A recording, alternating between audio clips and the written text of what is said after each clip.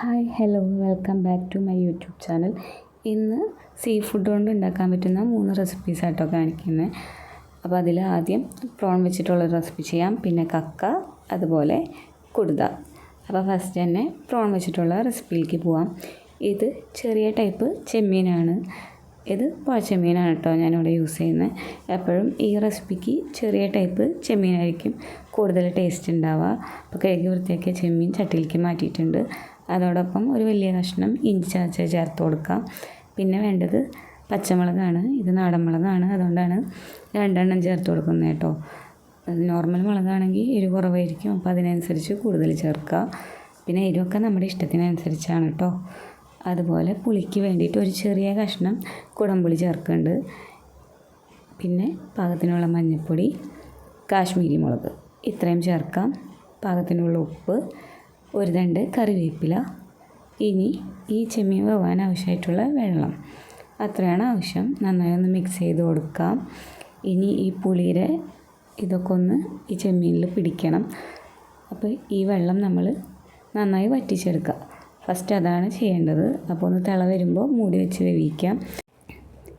ചെമ്മീനൊക്കെ ഒന്ന് വെന്ത് വെള്ളം വറ്റി വരുന്ന സമയത്ത് മൂടി തുറന്ന് വെച്ചിട്ട് ബാക്കിയുള്ള വെള്ളം കൂടി നന്നായി വറ്റിച്ചെടുക്കാം കേട്ടോ. ഇത് ഇങ്ങനെ തന്നെ കഴിക്കാൻ നല്ല ടേസ്റ്റാണ്. ഇതിങ്ങനെ ട്രൈ ചെയ്യണമെങ്കിൽ ട്രൈ ചെയ്യാം കേട്ടോ. നല്ലൊരു സൂപ്പർ റെസിപ്പിയാണ്. ചോറിൻ്റെ കൂടെ അടിപൊളിയാണ്. അപ്പോൾ വെള്ളമൊക്കെ നന്നായി വറ്റിച്ചെടുത്തിട്ടുണ്ട്. ഇനി ഒരു പാനിലേക്ക് കുറച്ച് വെളിച്ചെണ്ണ ഒഴിച്ച് കൊടുക്കാം. ഇനി ഞാൻ ചേർത്ത് കൊടുക്കാൻ പോകുന്നത് ചെറിയ ഉള്ളിയാണ്. നിങ്ങൾക്ക് വേണമെങ്കിൽ സവാള യൂസ് ചെയ്യാം, പക്ഷേ ചെറിയ ഉള്ളിക്കാണ് നല്ലൊരു ടേസ്റ്റ് ഉണ്ടാവുക കേട്ടോ. അപ്പോൾ ഒരു 1/4 കപ്പോളം ചെറിയുള്ളി സ്ലൈസ് ചെയ്തത് എടുത്തിട്ടുണ്ട്. ഇനി ഒരു 2 കറിവേപ്പിലയും കൂടെ ചേർത്ത് കൊടുക്കാം. ഇനി നന്നായി ഒന്ന് സോട്ട് ചെയ്യാം. ഇത് നന്നായി ഒന്ന് വഴണ്ട് വരുന്ന സമയത്ത് ഒരു 1/4 കപ്പോളം തേങ്ങ ചിരകിയതും കൂടെ ചേർത്ത് കൊടുക്കാം കേട്ടോ. ഈ റെസിപ്പിയിൽ നമ്മൾ ചേർത്ത ഇഞ്ചിയുടെയും കുടംപുളിയുടെ ഒക്കെ ആ ടേസ്റ്റ് ഉണ്ടല്ലോ, അത് നന്നായി എടുത്ത് നിൽക്കും. പിന്നെ ഒരുപാട് ഇൻഗ്രീഡിയൻസ് ഒന്നും നമ്മളിതിൽ യൂസ് ചെയ്യുന്നില്ല. അപ്പോൾ നമ്മൾ ചേർത്ത തേങ്ങ ഒന്ന് വാടി വന്നാൽ മതി. ഡ്രൈ ആവുമൊന്നും വേണ്ട കേട്ടോ. അതായത് കളറ് ചേഞ്ച് ആവുമൊന്നും വേണ്ട.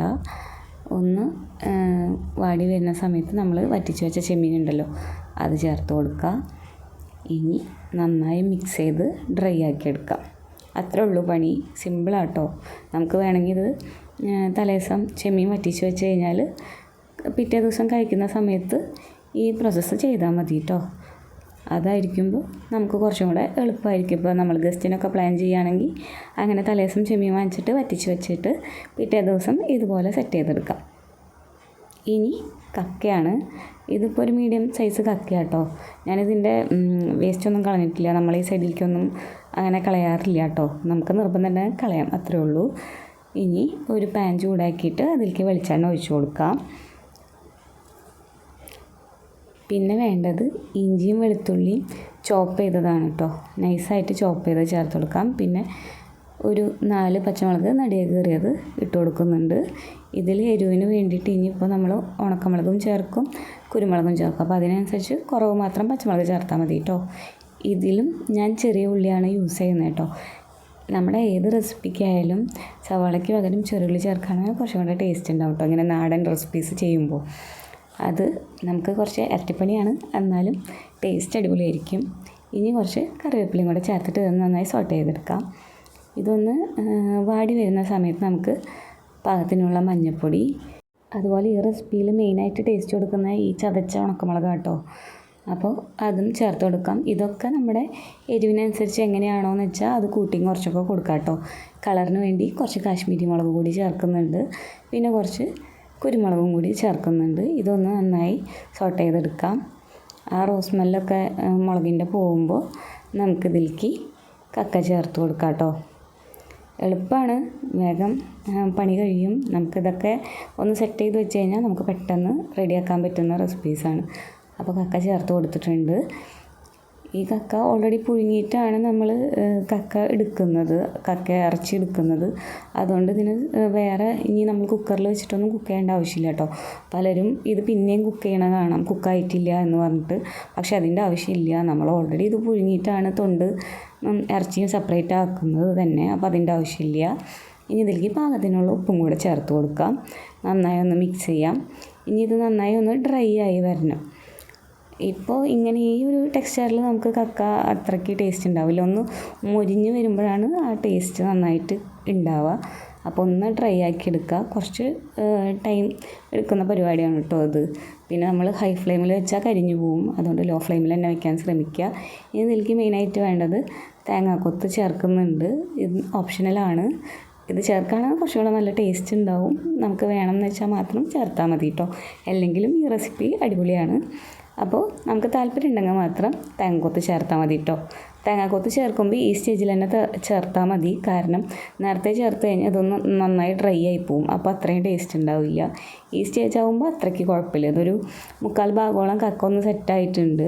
ആ സമയത്താണ് തേങ്ങാക്കൊത്ത് ചേർത്തിട്ടുള്ളത്. ഇപ്പോൾ അത്യാവശ്യം നന്നായി ഡ്രൈ ആയി വന്നിട്ടുണ്ട് തേങ്ങാക്കൊത്ത് ചേർത്തതിന് ശേഷം. അപ്പോൾ ഇത്ര മതിയാവും. ഒരുപാട് ഡ്രൈ ആയാൽ നമുക്ക് കഴിക്കാനും പറ്റില്ല. ലാസ്റ്റ് കുറച്ച് കറിവേപ്പിലയും കൂടെ ഇട്ടിട്ട് നമുക്ക് ഫിനിഷ് ചെയ്യാം കേട്ടോ. അടിപൊളി റെസിപ്പിയാണ്. നിങ്ങൾക്ക് കക്ക അവൈലബിൾ ആയിട്ടുള്ള ടൈമിൽ ഇത് ട്രൈ ചെയ്ത് നോക്കൂ കേട്ടോ. നല്ല ടേസ്റ്റാണ്.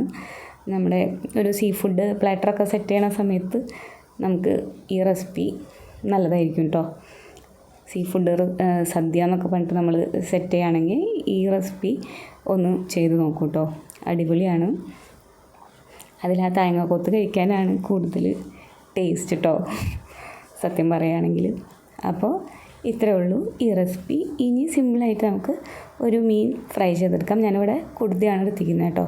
അപ്പോൾ അതിലേക്ക് പൊടികളായിട്ട് മഞ്ഞൾപ്പൊടി, കാശ്മീരി മുളക് പൊടി, കുരുമുളക് പൊടി, ഉപ്പ് ഇത്രയാണ് ചേർക്കുന്നുള്ളൂ കേട്ടോ. പിന്നെ പാകത്തിന് വെള്ളവും ചേർത്തിട്ട് നന്നായി മിക്സ് ചെയ്തെടുക്കുക.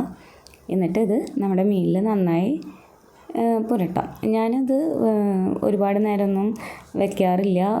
മസാല പരട്ടിയപ്പോൾ തന്നെ ഫ്രൈ ചെയ്യാറുണ്ട് കേട്ടോ. നിങ്ങൾക്ക് വേണമെങ്കിൽ ഇത് റെസ്റ്റ് ചെയ്യാൻ വെക്കാം. ഇതാ വെളിച്ചെണ്ണ ചൂടായ അതിലേക്ക് നമ്മൾ മീനിട്ട് കൊടുത്തിട്ടുണ്ട്. ഇനി 2 സൈഡും അത്യാവശ്യം ഒന്ന് വേവിച്ചെടുക്കുക. ഒരുപാട് മൊരിച്ചെടുക്കണ്ട. അതുപോലെ ഒരുപാട് ഫ്ലെയിമും കൂട്ടി വെക്കേണ്ട. ഫ്ലെയിം കുറച്ചിട്ട് തന്നെ ഫ്രൈ ചെയ്തെടുത്താൽ മതി. ഇനി ഇതിൽ മെയിനായിട്ട് നമ്മൾ ആഡ് ചെയ്യുന്നത് കുറച്ച് ചെറുള്ളി ചതച്ചതും അതുപോലെ തന്നെ നമ്മുടെ വെളുത്തുള്ളി ചതച്ചതും. അത് തോടോടുകൂടി നന്നായി വാഷ് ചെയ്തിട്ട് ചതച്ചെടുത്താൽ മതി കേട്ടോ. പിന്നെ കറിവേപ്പില ഇഷ്ടം പോലെ ചേർത്ത് കൊടുക്കുന്നുണ്ട്. ഇനി നമ്മൾ ഇട്ട ഈ സംഭവങ്ങളൊന്നും കരിയാതെ വേണം നമ്മളിത് ഫ്രൈ ചെയ്തെടുക്കാൻ. അപ്പോൾ തിരിച്ചും മറിച്ചിട്ടിട്ട് നമ്മുടെ പാകത്തിന് എത്രയാണോ വേണ്ടത് അത്രയും നമുക്ക് ഫ്രൈ ചെയ്യാം. ചിലർക്ക് കുറച്ച് ഫ്രൈ, അതായത് നല്ല ജ്യൂസി ആയിട്ടിരിക്കുന്ന പീസസാണ് ഇഷ്ടം. ചിലർക്ക് നല്ല എന്താ പറയുക ക്രിസ്പി ആയിട്ടുള്ള ആ ഒരു ടെക്സ്ചറാണ് ഇഷ്ടം. അത് നമ്മുടെ ഇഷ്ടത്തിനനുസരിച്ച് ചെയ്യാം. ഈ 3 റെസിപ്പീസും നിങ്ങൾക്ക് ഇഷ്ടമായി എന്ന് വിചാരിക്കുന്നു. ഫീഡ്ബാക്ക് പറയാൻ മറക്കരുത് കേട്ടോ. Thank you.